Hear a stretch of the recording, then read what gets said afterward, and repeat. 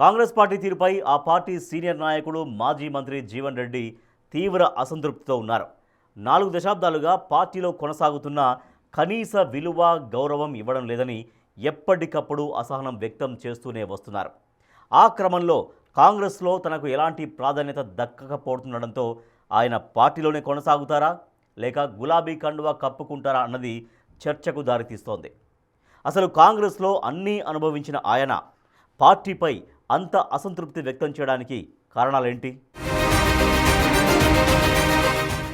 మాజీ మంత్రి జగిత్యాల కాంగ్రెస్ సీనియర్ నాయకుడు జీవన్ రెడ్డి 4 దశాబ్దాలుగా హస్తం పార్టీలో కొనసాగుతున్నారు. పార్టీ అధికారంలో ఉన్నప్పుడే కాదు, ప్రతిపక్షంలో ఉన్నప్పుడు కూడా పార్టీని వీడలేదు. పార్టీ తరపున తన వాయిస్ బలంగానే వినిపించారు. మంత్రిగా పనిచేసిన అనుభవం ఉంది. 2023 అసెంబ్లీ ఎన్నికల్లో గెలిస్తే ప్రస్తుత కేబినెట్ లో ఖచ్చితంగా ఉండేవారు. కాంగ్రెస్ హైకమాండ్ దగ్గర, రాష్ట్ర నేతల దగ్గర జీవన్ రెడ్డికి అంత వాల్యూ ఉండేది. అలాంటి పెద్ద మనిషికి పార్టీలో ఇప్పుడు తగిన విలువ ఇవ్వటం లేదట. అది స్వయంకృత అపరాధమో మరే ఇతర కారణమో కానీ ప్రస్తుతం కాంగ్రెస్ లో జీవన్ రెడ్డి పరిస్థితి కూరలో కరివేపాకులా తయారైందన్న అభిప్రాయం వ్యక్తమవుతోంది.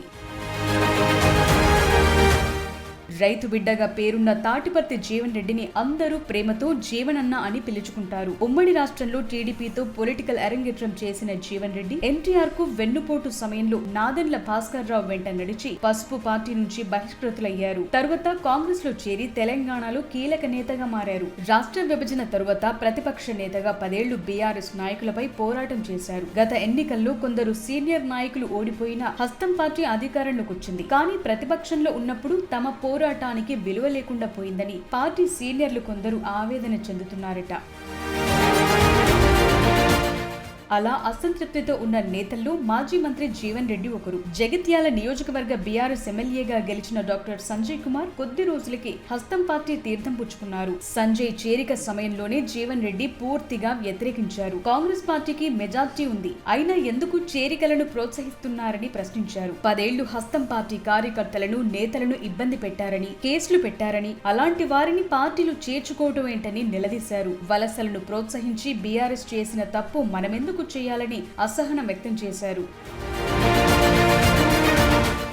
జగిత్యాల బీఆర్ఎస్ ఎమ్మెల్యే సంజయ్ కుమార్ కాంగ్రెస్ లో చేరినప్పుడే జీవన్ రెడ్డి పార్టీ వీడుతారని భావించారు. కానీ మంత్రి శ్రీధర్ బాబు సీనియర్ నాయకుల చొరవతో ఆయన కాస్త సైలెంట్ అయ్యారు. అప్పట్లో కాంగ్రెస్ హైకమాండ్ పెద్దలు కూడా ఆ పెద్దాయన్ని బుజ్జగించారన్న ప్రచారం జరిగింది. ఆ తరువాత జీవన్ రెడ్డి అనుచరుణ్ణి ప్రత్యర్థులు హతమార్చారు. అప్పుడు జీవన్ రెడ్డి రోడ్డుపై బైఠాయించి నిరసన వ్యక్తం చేసి మీకు, మీ కాంగ్రెస్ పార్టీకి దండమంటూ ఘాటు వ్యాఖ్యలు చేశారు.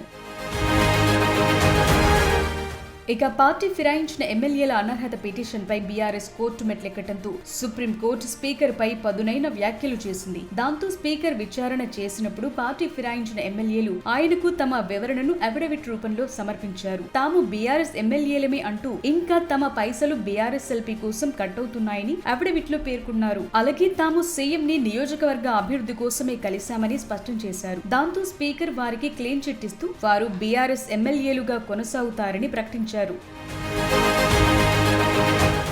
అదలా ఉంటే జగిత్యాల ఎమ్మెల్యే సంజయ్ కుమార్ ఇటీవల కాంగ్రెస్ పార్టీ మున్సిపల్ ఎన్నికల అంతర్గత సమావేశాలకు హాజరవుతున్నారట. దానిపై ఆగ్రహం వ్యక్తం చేసిన జీవన్ రెడ్డి అలాంటి వ్యక్తిని పక్కన కూర్చోబెట్టి నన్ను కూర్చోమంటారా అని సీరియస్ అయ్యారట. ఆ కోపంతో గాంధీ భవన్ లో జరిగిన నిజామాబాద్ మున్సిపాలిటీ ఎన్నికల సమీక్షా సమావేశం నుండి బయటకొచ్చేశారు. బయటకొచ్చి కాంగ్రెస్ అనుసరిస్తున్న వైఖరి రాజ్యాంగాన్ని, ప్రజాస్వామ్యాన్ని అభాసుపాలు చేయటమే అని విమర్శించారు. రాహుల్, సోనియా, ఖర్గే విధానాలకు వ్యతిరేకంగా కామెంట్స్ చేస్తూ వెళ్లిపోయారు.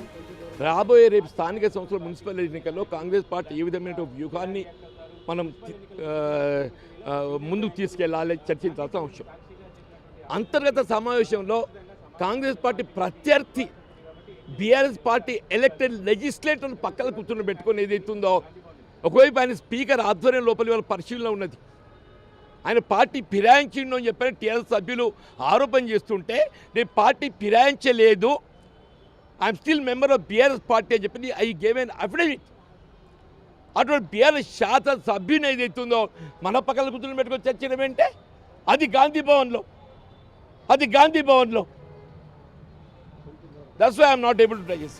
నియోజకవర్గంలో బీఆర్ఎస్ ఎమ్మెల్యే పార్టీలోకి రావటం, వచ్చిన ఎమ్మెల్యే కాంగ్రెస్ పార్టీ కార్యకర్తలను ఇబ్బంది పెడుతున్నారని, ఎన్నికల్లో బీఆర్ఎస్ వారికే ప్రాధాన్యత ఇస్తున్నారని ఎంత మొరపెట్టుకున్నా పార్టీ పట్టించుకోవటం లేదన్న ఆవేదనలో జీవన్ రెడ్డి ఉన్నట్లు తెలుస్తోంది. మరోవైపు పార్టీ సైతం ఇప్పుడే కాదు ఎన్నికల సమయంలో సర్వే చేస్తాం, గెలుపు గుర్రాలకే టికెట్ ఇస్తామని చెప్తోంది. ఆ ఎఫెక్ట్ తో తనకు పార్టీలో ఎలాంటి ప్రాధాన్యత లేకుండా భావిస్తున్న జీవన్ రెడ్డి హస్తం పార్టీ విడిచి గులాబీ గూటికి చేరుతారని మళ్లీ ప్రచారం మొదలైంది. అయితే ఇప్పుడే వెళతారా, ఇంకాస్త సమయం తీసుకుని మున్సిపల్ ఎన్నికల సమయంలో పార్టీ మారుతారా అన్న చర్చ కూడా మొదలైంది. జీవన్ రెడ్డి కాంగ్రెస్ ముఖ్యులపై చేస్తున్న కామెంట్స్ తో ఆయనపై వేటు వేస్తారా, వేటు వేయించుకోవాలనే జీవన్ రెడ్డి వేచి చూస్తున్నారా అనే టాక్ కూడా పార్టీ వర్గాల్లో వినిపిస్తోంది. మొత్తానికి మన జీవనన్న ఎప్పటికైనా కారెక్కడం ఖాయమన్న వాదన గట్టిగానే వినిపిస్తోంది.